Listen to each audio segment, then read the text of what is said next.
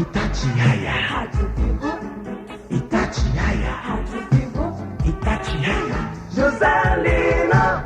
10h08 em Belo Horizonte. Hoje, terça, dia de conversarmos com o médico homeopata Ivan Coelho Maciel. Bom dia. Bom dia, Zé Lino. Bom, nosso assunto hoje é velhice e homeopatia. Ivan, na sua opinião, existe uma definição para a velhice? Zé Lino, deixa eu fazer um apanhado histórico aqui da velhice pra gente entender bem isso. Quer dizer, a medicina sempre se confundiu, né, com a magia, né, a medicina antiga. Então, na Grécia, a medicina estava sempre ligada com a religião e com a filosofia. Então, Hipócrates, né, que é o médico mais antigo, é o pai dos médicos, né, então dizia que a medicina era uma arte, né, e era feita pela experiência e pelo raciocínio. Então, ele dizia, então, o seguinte, que há 2000 anos atrás, que o corpo humano tinha 4 humores: sangue, fleugma, bile amarela e bile negra. E que a doença resultava, geralmente, da ruptura do equilíbrio entre eles e a velhice. Bem, então, o Hipócrates comparava, assim, as etapas da vida humana às 4 estações da natureza, né? E dizia, então, que a velhice era a parte mais amarga da vida, que seria o inverno. Dizia também, naquela época, que a velhice começava aos 56 anos, né? E o próprio Hipócrates dizia, então, que o que era o velho? O velho era um indivíduo que comia menos que os jovens, né? Sofria de dificuldades respiratórias, sofria de reumatismo, né? Doença dos rins, né? Sofria derrames, frequentemente tinha cataratas, né? E geralmente ouviam mal. Mas ele sempre falava que aos velhos ele daria um conselho: fazer de tudo sem interromper suas atividades, mas com moderação. Já o Galeno, que era um outro médico famoso, antigo, né? Historicamente, ele dizia o seguinte, que a velhice era intermediária entre a saúde e a doença. Quer dizer, o velho não é doente, mas todas as suas funções ficam reduzidas ou enfraquecidas. Agora, mais modernamente, a definição de velhice seria uma doença hereditária, quer dizer, na qual as células envelhecem, deteriorando e perdendo a sua capacidade de funcionar e de reproduzir. Interessante essa definição aí do... Muito disso aí também significa cansaço da vida, né? É lógico, exatamente. Essa semana, recentemente, parece que na semana passada, essa semana recentemente é ótimo, né? Semana passada, me parece que a TV Manchete chamava para um programa documento especial denominado A Vida Começa aos 70. Não, isso é até verdade, porque você vê lá no Rio de Janeiro, está tendo esse campeonato de natação de velhos, né? Tem uma velhinha, Dona Cândida lá, que ganhou 9 medalhas. Todas as competições ela ganhou. Você viu isso no jornal? Vi. Quer dizer, velho de 74, e outro dia ela estava preocupada que perdeu a dentadura na piscina. Tá todo mundo procurando a dentadura. Doutor Ivan, como é que as pessoas encaram o início da velhice, hein? Veja bem, tem um professor famoso, o professor Hilton Rocha, que todo mundo conhece, né? Então ele dizia assim, folcloricamente, que o velho é quem tem 10 anos acima do outro, né? Quer dizer, então quem tem 80 é velho pro de 70. Quem tem 40 é velho pro de 30, né? Bem, essa afirmação é assim, meia jocosa e meia folclórica. Mas nós não temos outra alternativa, né? Quer dizer, nós temos aquela alternativa: morrer prematuramente ou envelhecer. Nós não saímos disso, né? Ou morremos prematuramente ou envelhecemos. Então a idade chega para nós de surpresa, né? Cada um é para si mesmo um sujeito único, né? E muitas vezes nos espantamos quando o destino nos pega de surpresa, né? Quer dizer, doença, ruptura e morte, né? Então o indivíduo assusta. Agora, a pessoa adulta, ela não pensa na idade, né? Essa noção não se aplica a nós, né? Porque a velhice é particularmente difícil de se assumir. Porque sempre consideramos uma espécie estranha, né? Por quê? Nós sempre desconhecemos a complexa verdade da velhice. Como é que pode ser feita uma distinção entre velhice e doença? Essa aqui é uma distinção de... Bem, como há 2000 anos atrás o Galeno dizia que a velhice é um meio caminho entre a doença e a saúde, né? Então fica parecendo que todo mundo que vai ficar velho vai ficar doente, né? Então veja bem, deixa eu dar uma explicação clara. O que distingue a velhice da doença? Quer dizer, a velhice, né? Falta o senso de dor, né? Quer dizer, a velhice não dói fisicamente, né? A velhice não nos mostra os sinais da nossa evolução, né? A dor não, a dor é objetiva, né? Quer dizer, o indivíduo sente a dor, ela é objetiva, ela tem o seu sinal. Então a doença existe para o indivíduo, muito objetivamente. Já a velhice, né, existe claramente para as outras pessoas, não existe para a gente, né? Quer dizer, então o que acontece? Quer dizer, se o indivíduo envelhece, se adapta facilmente, né, quer dizer, sem grandes choques, ele sente que ele muda os hábitos e começa a transar bem as suas deficiências motoras. Quer dizer, que você veja bem, Zé Lino, velhice e doença, quer dizer, nem sempre todo velho é doente, né? Nem Claro sempre que doença não. é sinal de velhice, nem sempre velhice é sinal de doença. Verdade. Dorival, como é que as pessoas idosas encaram a saúde, hein? Como é que é a pergunta? Nos Estados Unidos, há pouco tempo eu estava lendo uma pesquisa dizendo o seguinte, que mais da metade das pessoas de 60 anos diziam que, que eles estavam em mau ou péssimo estado de saúde. Outra pesquisa na Inglaterra dizia que 64% dos homens e das mulheres velhas julgavam em perfeito estado.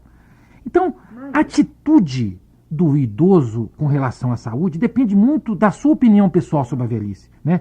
A gente vê muito assim, essas velhinhas aí no Rio de Janeiro, todas de bolsa, empetecadas, cabelinho pretinho, frequentando teatros, né, Zelino? Quer dizer, essas mulheres, o que acontece? Elas têm 75 anos, mas a idade mental é 50. Quer dizer, no Brasil, se você pergunta a idade mental, pergunta a idade para os outros, as pessoas não gostam disso. Então, veja bem, quer dizer, o que vai acontecer? Outras pessoas acham cômodo dizerem velhos. Por quê? A pessoa que é velho, o nível de exigência é diminuído, o velho tem vários álibis, né? Ele pode fazer menos as coisas, tudo é permitido. Agora, tem outros velhos que não aceitam a saúde e não aceitam a doença nem a velhice, né? Então, o que eles fazem, né? Eles preferem as doenças que lhe causam medo a que obrigaria a tomar certa medida, né? Quer dizer, o indivíduo prefere a doença do que a velhice, né? Interessante. Agora para completar isso aí, a Simone de Beauvoir, que foi casada com o Jean-Paul Sartre, ela escreveu um livro chamado A Velhice, né?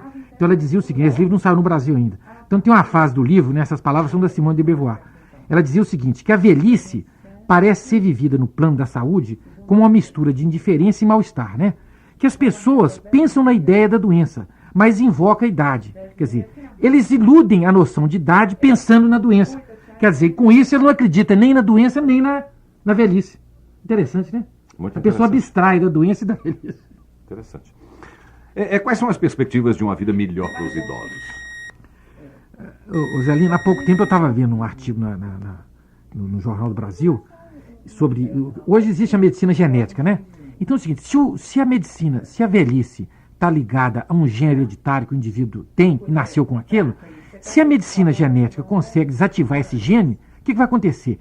A qualidade de vida do indivíduo, o indivíduo vai viver mais tempo, quer dizer, mais saudável, né? Quer dizer, a parte imunológica que dá as doenças, né? O que vai acontecer? Vai fazer com que o indivíduo viva melhor e que as doenças acontecem menos. Então é o seguinte, isso não seriam receitas mágicas, né? Para prolongar a vida do indivíduo e criar seres imortais. Mas fazer com que os indivíduos vivam até 80, 90 anos saudavelmente. Que quer dizer isso? Seria a medicina genética desativar o gene doente que faz com que o indivíduo adoece. É como se fosse uma bomba que estourar no indivíduo. Se a medicina genética consegue desalojar isso, agora já existem essas pesquisas com câncer, não sei se você tem visto falar sobre isso. Quer dizer, então faz com que o indivíduo vai viver mais tempo e mais saudável, né? Dorival, quais são os mitos e as realidades da velhice? Eu vou falar assim alguns mitos da realidade, poucos mitos, porque são tantos, né? Tantos mitos, eu vou falar só 3. Veja bem, então olha o primeiro mito que existe. Existe um mito que as pessoas idosas não podem fazer exercício físico, né? Que seus pulmões e corações são doentes e que eles não devem ser postos à prova. Muito bem, porque eles têm chances de morrer subitamente por obstrução das coronárias e falência dos outros órgãos. Isso realmente é um mito, que na realidade uma pessoa de idade sem doença é do ponto de vista médico uma pessoa sadia. Quer dizer, a velhice não é doença igual Hipócrates falava há 2000 anos atrás. Se o pulmão e o coração estão bons, estão no ritmo, o coração vai envelhecer, mas ele pode ser retardado com exercício e dieta. Agora, até na doença, o velho é normal. Quer dizer, a velhice não é doença. Quer dizer, um indivíduo velho que tem o coração bom, o pulmão bom, por que ele não pode jogar peteca, não pode jogar tênis? Nós temos vários exemplos aí. O professor Zerbini, com quem eu estudei em São Paulo, ele tem 76 anos, joga tênis até hoje, 2 vezes por semana. Outro mito do velho. Dizem que a senilidade, quer dizer, a velhice é uma consequência inevitável da passagem dos anos, né? E que as pessoas serão atingidas por uma debilidade emocional e que incapacitará para lidar com situações estressantes. Isso também é uma grande mentira, né? Só 15% dos velhos são cometidos de doença degenerativa. Outro mito também é que o cérebro entra muito em decadência a partir da idade avançada. E, na verdade, isso não é verdade, porque a gente está cheio aí de homens acima de 70 anos, médicos, escritores, profissionais liberais, políticos, em grande ascensão profissional. O Papa. O Papa tem 80, já tem 80? 75, parece. 75. Até você vê, tem o Zerbini, tem o Wilton Rocha, tem 70 e tantos, Ronaldo Rigg e tal. Ô Zé Lino, agora você veja bem, E, além disso, há pouco tempo eu estava lendo uma entrevista do Otto Lara de Rezende. O Otto Lara de Rezende morreu, né? Ele já morreu há mais tempo? Acho que não. O Otto Lara Rezende, irmão do Acílio Lara Rezende? Sabe que eu estou na dúvida? Acho que Ele não. é um escritor, né? Escritor, Mas eu vi uma reportagem sobre ele, uma entrevista, um ping-pong dele com o Nelson Rodrigues, que já morreu. O Nelson já morreu. Já morreu. Há 10 anos atrás. Eram tão amigos que o Nelson Rodrigues fez uma peça e colocou 2 nomes, Otto Lara Rezende ou Bonitinho, mais ordinário. É, né? Isso é verdade? Eu não sabia. Mas então, veja bem, no ping-pong, o Otto Lara Rezende pergunta para o Nelson Rodrigues qual o conselho que ele daria para os jovens. Sabe qual foi a resposta do Nelson Rodrigues?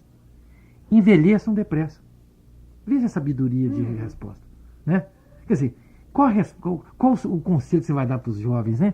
Envelheçam depressa. Por quê? Os velhos estão com a sabedoria da vida, né? Estão com tudo, né? Mas ainda envelheçam antes que morram no caminho, né?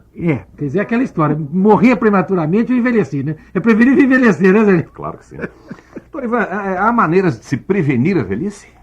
Existe. É claro que não é a chegada dos anos, que isso é inevitável. É a velhice como ela está sendo colocada. Existe. Quer dizer, o indivíduo que tem uma dieta alimentar bem feita, que faz exercício físico, que não fuma, né? Que controla o seu peso, ele leva a velhice para frente, né? Ele é um indivíduo equilibrado, né? Mente sã e corpo sano, né? A gente tá vendo aí, nós já falamos aqui, esse campeonato de velhos lá no Rio de Janeiro de natação, velho de 70 anos, 75 anos, quebrando o pau na natação. Quer dizer, então porque o indivíduo é velho cronologicamente, ele não é velho biologicamente, né? Ele tem todas as suas funções. E na semana que vem nós vamos falar aqui sobre doenças dos velhos de tratamento e nós vamos discorrer sobre isso. Quer dizer, velhos que têm 80 anos, têm vida sexual normal, que jogam peteca, que jogam tênis, né? Que dançam, que tomam cerveja, que fazem tudo. Quer dizer, então é o sistema de vida, né? Que faz com que o indivíduo viva bem e que passe a velhice para frente, né? Por que é que algumas pessoas envelhecem primeiro do que outras da mesma idade, hein?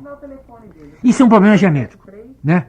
Isso é um problema genético hereditário. Assim, igualzinho, porque por que o indivíduo morre aos 30 anos e o outro vive 90 anos? Quer dizer, então, existe uma herança genética, né, da velhice e das doenças. Quer dizer, então, a medicina genética moderna está tentando descobrir isso. Se ela descobre o gen que faz com que o camarada envelhece precocemente, o que vai acontecer? Ele vai fazer com que esse indivíduo passe essa velhice para frente, né? Quer dizer, então, isso é o que nós falamos anteriormente. Quer dizer, por que o indivíduo fica com o cabelo branco mais cedo, né? As rugas aparecem mais cedo? Quer dizer, é um problema genético hereditário, né? Responder perguntas de ouvintes? Perfeitamente. Flávio, que mora no Carlos Prates, pergunta ao doutor Ivan por que é que ele combate tanto a alopatia. Bem, Flávio, eu não combato tanto a alopatia. Aliás, essa semana eu estava discutindo isso aqui com algumas pessoas. Quer dizer, eu, inclusive, sou alopata também, eu receito a alopatia. Agora, eu não combato a alopatia assim. Eu não sou ortodoxo. Quer dizer, eu combato algumas coisas que eu, com a minha experiência de alopata de 20 anos, sei que não melhora. Porque eu tenho experiência, eu tenho 20 anos que eu sou médico, então eu não estou falando de graça, de brincadeira. Não é? Não, Zé Lino? É isso. Eu sei a alopatia e sei a homeopatia também. Então tem horas que você tem que ter o bom senso de saber o que encaixa melhor para o doente. Né? O sábio é o equilíbrio, né? Não é nem tanto ao mar, nem tanto à terra, né? Maria das Dores da Pampulha, há remédio para emagrecer e tirar a barriga? Não. Na homeopatia não tem remédio para emagrecer. Quer dizer, há um conceito aí. A homeopatia não tem nada contra. A homeopatia tem tudo a favor. Agora, o que você vai emagrecer? Emagrecer você que vai fazer uma dieta, né, mudar os hábitos alimentares com o tempo, né? Tirar a barriga, o indivíduo vai fazer ginástica. Se a barriga for muito flácida, não vai ter jeito. Ele vai ter que fazer uma plástica, um cirurgião plástico, né? Quer dizer, medicina tem coisas que nada resolve, nem homeopatia, nem alopatia. Terezinha, que mora na Cachoeirinha, diz que a irmã dela tem alergia a cimento. Pergunta como pode se tratar. Ô, Terezinha, eu já tratei de muita gente que tem alergia a pó, de giz, a pombo, já contei aqui, a camarão, a cerveja. Então, o que vai fazer? Se ela tem alergia a cimento, ela teria que fazer o seguinte, fazer um tratamento com um médico homeopata, que com certeza seria melhor do que a alopatia, nesse caso seu aqui. Como? Teria fazer o tratamento da Terezinha, fazer o tratamento das crises da alergia que ela tem, se é rinite, se é bronquite, se é nariz entupido, seja o que for, e depois fazer o remédio do próprio cimento para desensibilizar a Terezinha e fazer com que ela fique realmente curada. Porque veja bem, se a Terezinha fosse um homem ou hipótese e fosse um trabalhador braçal e trabalhasse com cimento, na construção civil. Eu teria que parar de mudar de serviço, né? Eni, que mora na floresta, pergunta se existe remédio para surdez que ataca os idosos. Eni, para você saber, a surdez é um processo aterosclerótico. Então, quem está sabendo se está surdo, ele geralmente já fez aquele exame audiograma para saber se a surdez se é 30%, 40% ou 60%. Então, a surdez exata não tem remédio. É um processo evolutivo da velhice da pessoa. Quer dizer, o que acontece? O indivíduo pode colocar esses aparelhos, que são processos mecânicos, para resolver um problema genético arteriosclerose. Quer dizer, o indivíduo endureceu o canal labiríntico do ouvido e nada vai fazer voltar. Quer dizer, então aí a homeopatia não tem resultado nenhum e nem a alopatia tem resultado. É um problema mecânico. Tem que usar esses aparelhinhos no ouvido. Silvia, que mora na Sagrada Família, na homeopatia existe remédio para frieira? Existe remédio para frieira, mas habitualmente é o seguinte, você, por exemplo, eu não vou falar com você o nome do remédio para frieira isoladamente, porque você vai melhorar 2 meses, 3 meses, depois vai piorar. Agora, o remédio para frieira isolado melhora um tempo e depois volta. Por quê? Quem tem frieira geralmente tem 8, 9, 10 anos, quer dizer, são pessoas tendenciosas para ter essa doença. Teria que ser tratado da pessoa no todo, no equilíbrio, né? O que eu sempre falo aqui. Mas tem recurso. Alopaticamente você usa o remédio, Dactarin, e melhora 1 mês, volta 2 meses depois e nunca sara.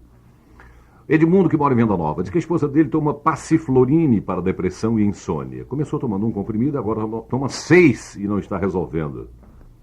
Pergunta se pode substituir por outro. Bem, o passiflorine não é um remédio homeopático, é um remédio natural, né? O passiflora vem do maracujá, né? Então é o seguinte, existem vários remédios. Agora, depressão, eu já falei aqui um dia sobre depressão, é um assunto mais complexo, né? A pessoa precisa de fazer, ou ir no psiquiatra, ou no terapeuta, ou no clínico, ou no médico, ou homeopata, se quiser, para ver por que o indivíduo está em depressão, né? Teria que tratar do Edmundo que tem depressão, e não da depressão do Edmundo.